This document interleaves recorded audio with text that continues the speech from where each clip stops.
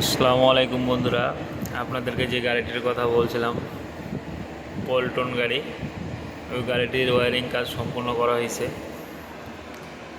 পূর্বে আপনারা যে তার দেখছিলেন, এখন কোনো তারই খুঁজে পাবেন না। সবগুলো তার হাইড আউট করা দেওয়া হয়েছে। যে আমাদের ফিউজ বক্স দিলে সব কিছুই আছে।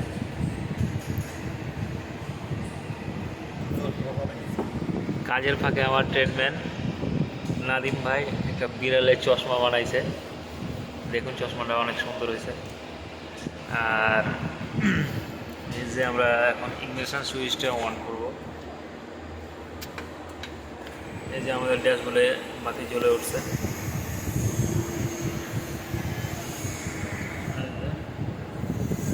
অফ করবো, আবার হারাই যাবে।